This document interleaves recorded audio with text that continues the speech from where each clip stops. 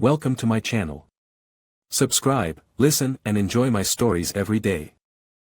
The morning sun peeked through the curtains, casting a warm glow across the room as I stirred awake. The bed felt unusually empty. My wife, Clara, had already left for her early shift at the hospital. As I sat up, stretching the remnants of sleep from my limbs, a glint of something on her pillow caught my eye, a long, black hair. It lay there, stark against the crisp white of the pillowcase. I frowned, running my fingers through my short, sandy hair, then glanced at the golden locks that usually adorned Clara's head. Disconcerted, I plucked the strand from the pillow, holding it up to the light. It was definitely not hers, nor did it belong to any of her friends, as far as I knew. They were all blondes and redheads, a colorful array that matched their vibrant personalities. At breakfast, the hair still nagged at me, weaving its way through my thoughts. I decided to bring it up casually. "Clara, I found a long black hair on the bed today. Do you know whose it might be?" She glanced up from her coffee, her brows knitting slightly in confusion, then relaxing. "Oh. That must be from Diane. She recently dyed her hair black for her new role in the theater. She tried on some costumes yesterday here while you were out." I nodded, somewhat relieved but not entirely convinced. Clara's theatrical friends were always a whirlwind of drama and change. "Makes sense," I said, trying to dismiss the uneasy knot in my stomach.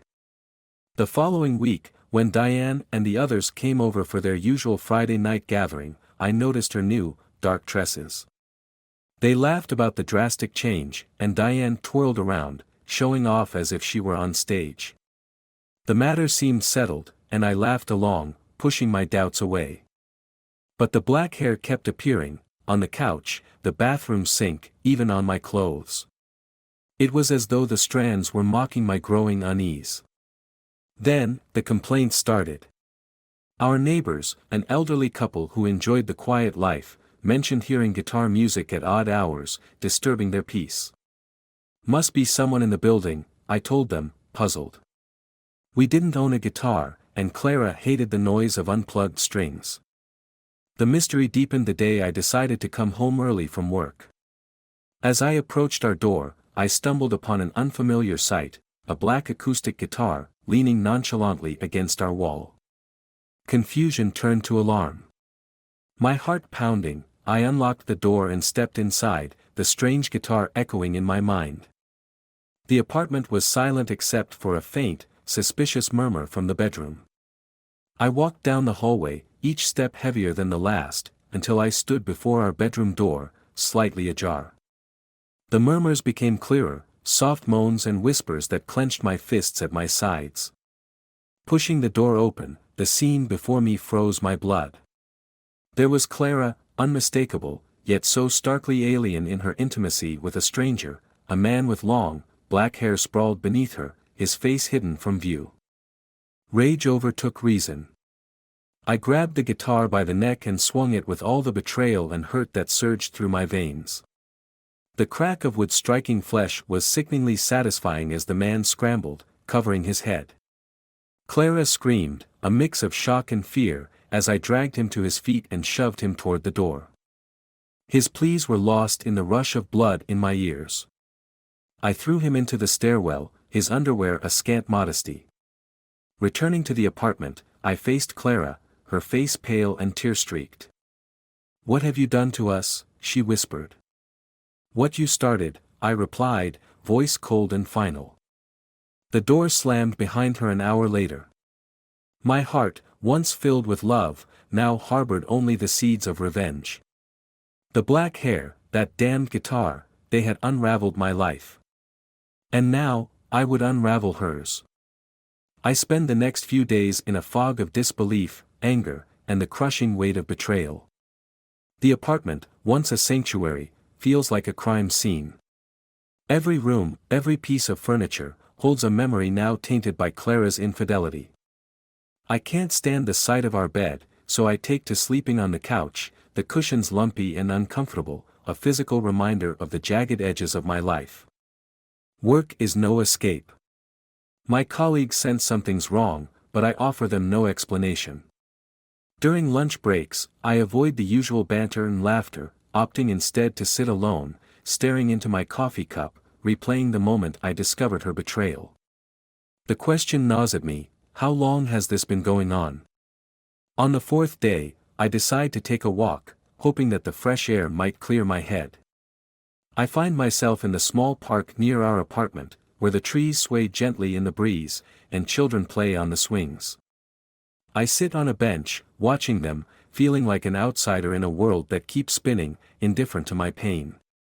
As I sit there, lost in thought, my phone buzzes in my pocket. It's a text from Mark, an old friend who lives in the building. "Hey, haven't seen you around lately. Everything okay?" For a moment, I consider ignoring it, but then I type back, "Not really. Can we meet up? Need someone to talk to." His reply is immediate. "Sure. How about now? I'm home." I head over to his apartment on the third floor. Mark opens the door with a concerned look, his usually carefree demeanor replaced by a rare seriousness. He gestures for me to come in. The smell of coffee greets me as I step inside. Mark's place is smaller than mine, cluttered with books and gadgets, but it's comfortable, lived in. He pours me a cup, and we sit on his worn-out couch. "What's going on, man?" Mark asks, leaning forward, his elbows resting on his knees. I hesitate, the words sticking in my throat. Then, it all comes tumbling out: the black hair, the guitar, the confrontation. As I speak, Mark listens intently, his expression a mix of shock and sympathy. "I never saw it coming," I finish, my voice barely above a whisper. "I thought we were happy." Mark shakes his head, rubbing his hand across his stubbled chin. "People can be real good at hiding their true selves. But damn, I'm sorry you had to go through that." "Thanks," I mutter, feeling a bit of the weight lift from my chest. It's the first time I've shared this with anyone, and it feels like I've opened a valve, letting out some of the pent-up emotion. After a pause, Mark leans back, his eyes narrowing in thought. "You know, Clara always seemed so, I don't know, stable. Not the type to get mixed up with someone like that." "I know," I say. "That's what's messing with my head. It's like she's a different person." Mark is silent for a moment, then says, "You need to get her out of your life, man. For good. Otherwise, it'll eat you alive." "I plan to," I reply. "I just don't know where to start." "You could talk to Sarah," Mark suggests. "She's a lawyer, right? She might know what to do." Sarah. I haven't seen her in years, not since she moved to the other side of town and got busy with her law practice. But she was always there for me when we were younger, more like a sister than a friend. "I'll think about it," I say, feeling a flicker of hope. "Thanks, Mark." We chat a bit more about other things: work, the apartment building gossip, anything to steer the conversation away from the disaster that is my marriage. But I leave his apartment with a plan forming in my mind. The next morning, I wake up determined. I dig out Sarah's number from my contacts and call her. She picks up on the second ring, her voice bright and familiar. "Hey, stranger. Long time no hear," she says. "Hey, Sarah," I reply, trying to keep my voice steady. "I need your help. It's about Clara." There's a pause on the other end. "What happened?" I take a deep breath and spill everything again, this time with more detail. Sarah listens without interrupting, and when I'm done, there's a long silence. "You've got to get a divorce, Tom," she says finally. "This isn't something you can fix." "I know," I say. "But I need advice. I don't know where to start." "Let's meet. I'll explain everything. I have some free time this afternoon, around 3. Can you come to my office?" I agree, feeling a strange mix of dread and relief. This is it, the beginning of the end. Sarah's office is in a sleek building downtown, a world away from the cozy apartment we used to hang out in during our college days. When I walk in, she's already waiting, dressed in a sharp suit that makes her look every bit the professional. But her smile is the same, warm and reassuring. We sit in her office, surrounded by books and papers, and she goes through the legal steps with me. It's overwhelming, but she breaks it down into manageable pieces. I feel like I'm drowning, but Sarah's calm, clear explanations are a lifeline. So, you'll file for divorce on the grounds of infidelity, she says, flipping through some papers. It's straightforward, but you need to be prepared for a fight. Clara might not take this lying down. I don't care, I say. I just want it over with. I get it, she says, her voice softening. But you need to be smart about this. Protect yourself. Make sure she doesn't take more than what's fair. We spend the next hour going over the details, bank accounts, property, all the things that seem so mundane until you're forced to divide them in half. When we're done, I feel exhausted but also more in control than I have in days. Thanks, Sarah, I say as I get up to leave. I really appreciate this. Anytime, she says, giving me a hug. And listen, Tom, you'll get through this. It sucks right now, but you're stronger than you think. I nod, not trusting myself to speak. As I walk out of her office, I feel a strange mix of emotions, anger, sadness, but also a flicker of something else. Resolve, maybe. Or determination. That evening, back in the apartment, I start packing up Clara's things. I don't want to wait for the legal process to start. I want her out of my life, out of our home. As I toss her clothes into a suitcase, I come across a photo of us on our honeymoon, all smiles and blissful ignorance. I stare at it for a long moment before shoving it deep into the bottom of the bag. Halfway through packing, there's a knock on the door. I freeze, the silence in the apartment suddenly oppressive. Who could it be? Clara? I walk to the door and peer through the peephole. It's not Clara. It's the guy with the long black hair, standing there with a bruise on his forehead and an air of defiance. My heart hammers in my chest as I open the door. What the hell are you doing here? I ask, my voice low and dangerous.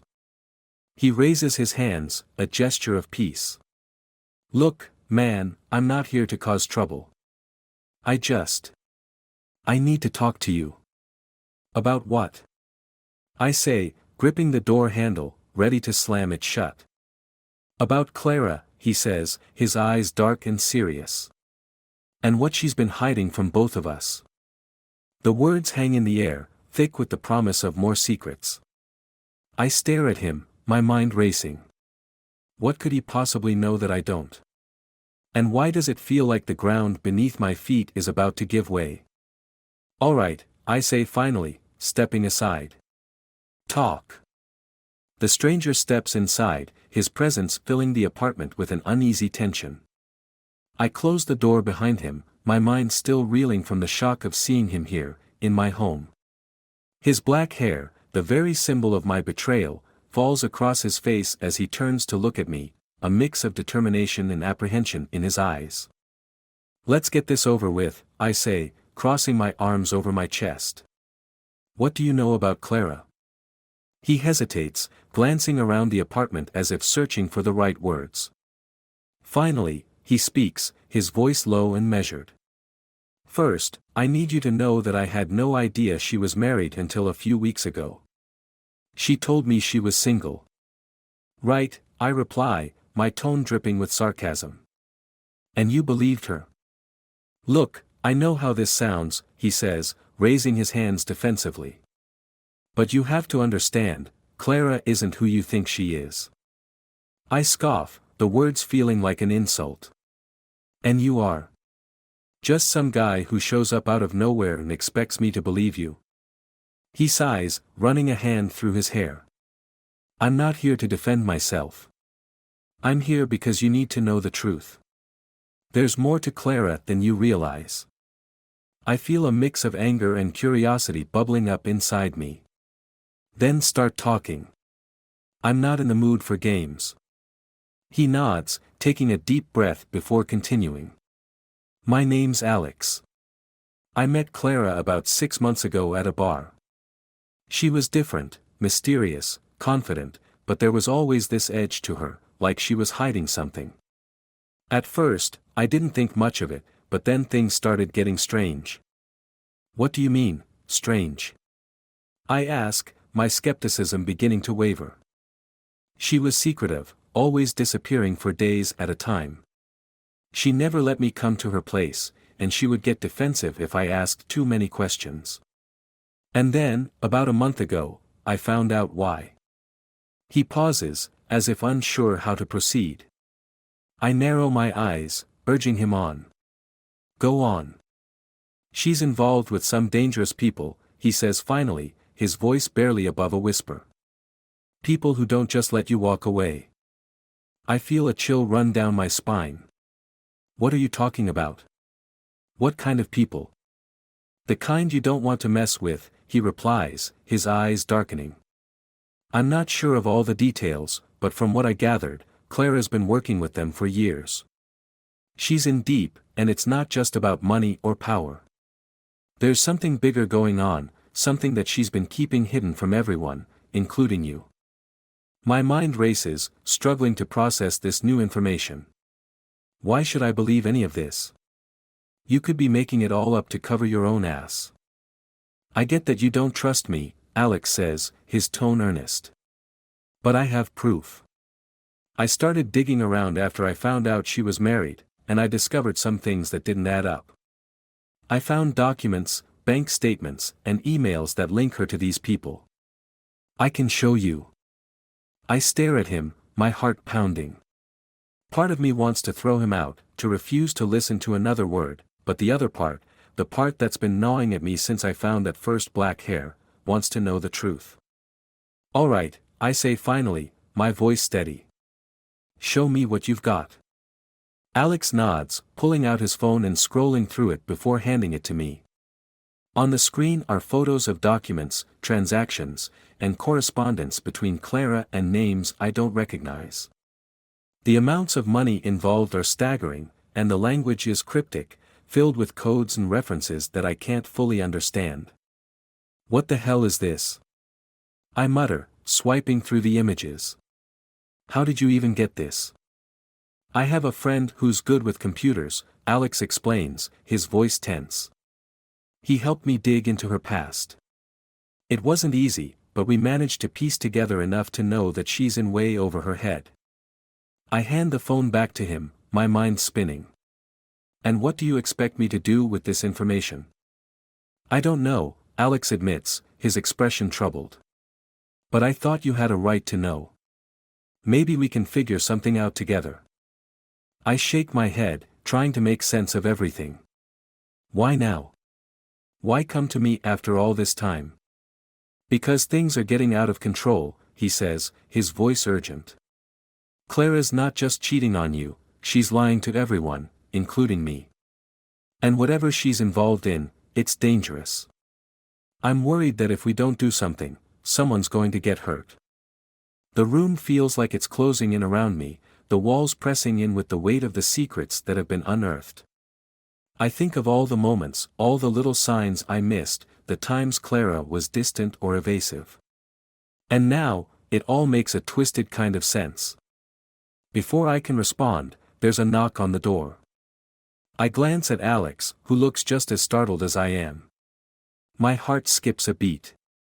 Who could it be now? I motion for Alex to stay quiet as I approach the door. Peering through the peephole, I see two men in dark suits standing outside, their expressions unreadable. My pulse quickens. Who is it? I call out, trying to keep my voice steady. We're looking for Clara, one of the men says, his voice firm and authoritative. We need to ask her a few questions. She's not here, I reply, my hand tightening on the door handle. What's this about? That's not your concern, the other man says, a hint of menace in his tone. Just tell us where she is. I feel a surge of protectiveness, despite everything. I told you, she's not here. And even if she were, I wouldn't tell you. There's a pause, a tense silence that hangs in the air like a guillotine. Then, the first man speaks again, his voice cold. If you see her, tell her we're not going away. She needs to come forward, or things are going to get much worse. I don't respond, waiting until I hear their footsteps retreat down the hallway before letting out a breath I didn't realize I was holding. I turn back to Alex, who looks pale and shaken. Who were they? He asks, his voice barely above a whisper. No idea, I reply, my mind racing. But I think they're the people you were talking about. And it looks like they're after Clara. This is bad, Alex says, running a hand through his hair again. If they've tracked her down here, it means they're serious. I nod, feeling the gravity of the situation settle over me like a lead blanket. We need to find Clara before they do. If she's in danger, we have to help her. Agreed, Alex says, his eyes meeting mine with a newfound resolve. But we need to be smart about this.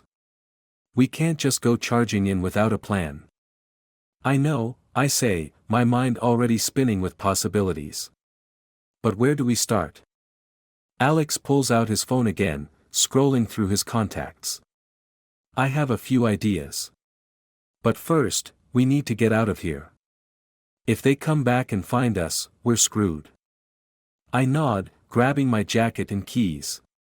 As we step out into the hallway, I can't help but feel like we're being watched, like the walls themselves have eyes. The world I thought I knew has been turned upside down, and now I'm caught in a web of deceit and danger that I never saw coming. As we head down the stairs and out into the night, I realize that there's no turning back. Whatever Clara's gotten herself into, it's dragged me along for the ride.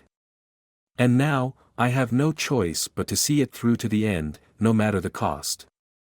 The night air is crisp and biting as Alex and I step out of the apartment building, the distant hum of the city muffled by the pounding in my ears.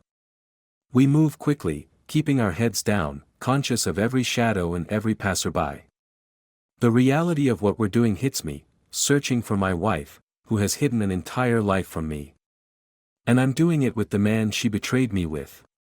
We find ourselves at a diner a few blocks away, the neon lights casting an eerie glow on the cracked pavement. It's late, and the place is nearly empty. We slide into a booth in the back, away from the windows. The waitress, a tired-looking woman in her 50s, takes our orders without much interest. As we wait for our food, Alex pulls out his phone again, scrolling through the files he's compiled on Clara. He shows me a map with several marked locations, a few of which are circled in red. These are the places she's been frequenting, he explains, keeping his voice low. Warehouses, abandoned buildings, places you wouldn't expect someone like Clara to go. I've followed her a couple of times, but she's always been careful, always looking over her shoulder. I nod, my mind racing. And you think she's meeting these dangerous people there? It's possible, Alex says, leaning in closer. But there's something else.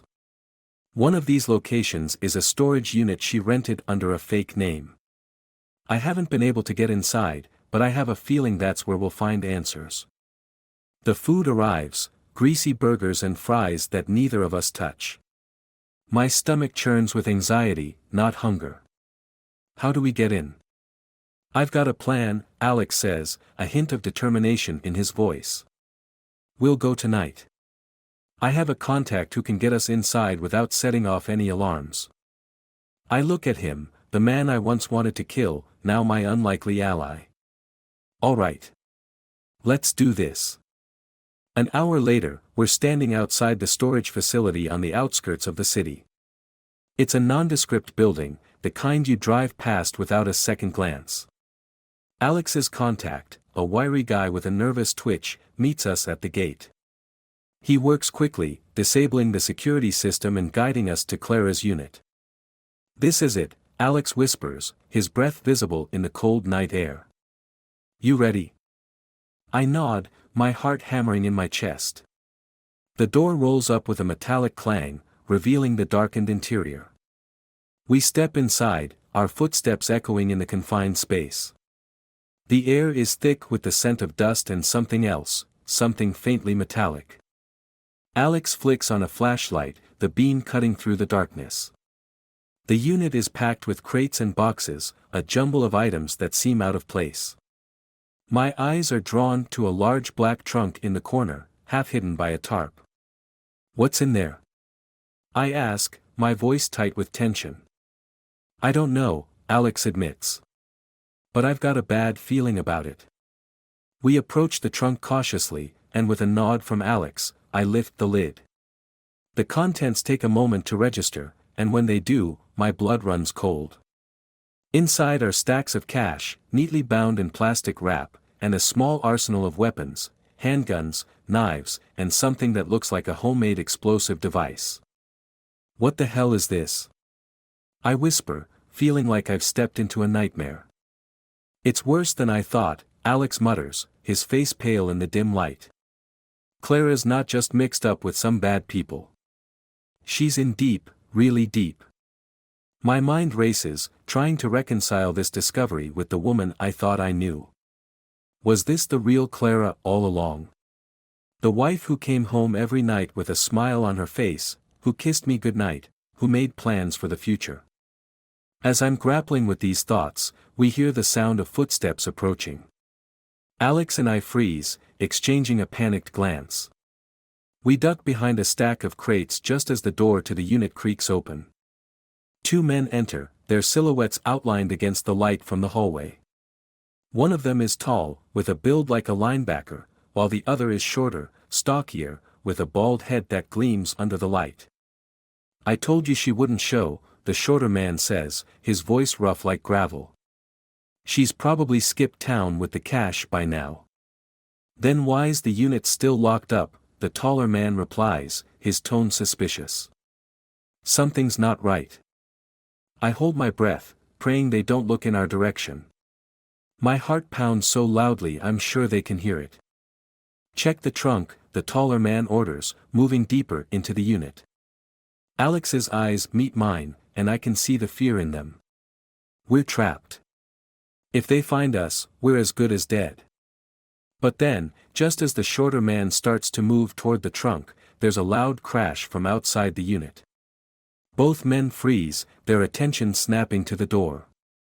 What was that? The taller man growls, pulling a gun from his waistband. Go check it out, the shorter man says, his hand on the trunk. I feel Alex tense beside me, ready to spring into action if we're discovered. But before the shorter man can open the trunk, the taller one curses and heads for the door, gun drawn. The shorter man hesitates, then follows, leaving the trunk untouched. As soon as they're gone, Alex and I exchange a look of relief. We need to get out of here, now, he whispers. We scramble out of the unit, leaving the door ajar in our haste. The hallway is empty, but we can hear the men's voices echoing from somewhere down the corridor. We don't wait to find out what caused the noise. We bolt for the exit, adrenaline pumping through our veins. Once outside, we run until we're a safe distance from the facility, stopping only when we're sure we're not being followed. I'm gasping for breath, my mind still racing from the close call. We can't go back there, I say, leaning against a street lamp, trying to catch my breath. Those guys, they were ready to kill us. I know, Alex replies, his voice tight with fear. But now we know what we're dealing with. Clara's not just cheating on you, she's involved in something criminal, and it's only a matter of time before it catches up to her. The reality of the situation hits me like a ton of bricks. Clara's lies, her deception, have put us both in danger. I realize now that I can't save her, I don't even know if I want to. We need to get out of here, I say, my voice firm. We need to get somewhere safe and figure out our next move. Alex nods, and we start walking, our pace brisk, our nerves on edge. We don't speak much, the weight of everything that's happened pressing down on us. As we make our way through the city streets, I realize that I'm done. I'm done trying to understand Clara, done trying to save something that's been lost for a long time. Whatever happens next, I know I can't go back to the life I had before. Eventually, we find ourselves at a small motel on the edge of town. It's run down, the kind of place where people go to disappear. We check in, paying in cash, and take a room at the end of the hall. Inside, the room is sparse, with peeling wallpaper and a single, dim light. But it's safe, and that's all that matters. We sit down on the bed, the events of the night catching up to us. What now? I ask, my voice hollow. We lay low, Alex says, his tone grim. And we wait for the fallout. There's nothing else we can do. I nod, knowing he's right. But as I sit there, I realize something else. I can't stay with Alex. I can't keep reliving this nightmare. I need to leave, to start over somewhere far away from all of this. I'm leaving tomorrow, I say, the decision solidifying in my mind. I'm done with this. Alex looks at me, surprise and sadness in his eyes. I understand. But be careful. Clara's still out there, and she's not going to go down without a fight. I know, I reply. But that's her battle now, not mine. We sit in silence for a while longer, the weight of everything hanging heavy between us.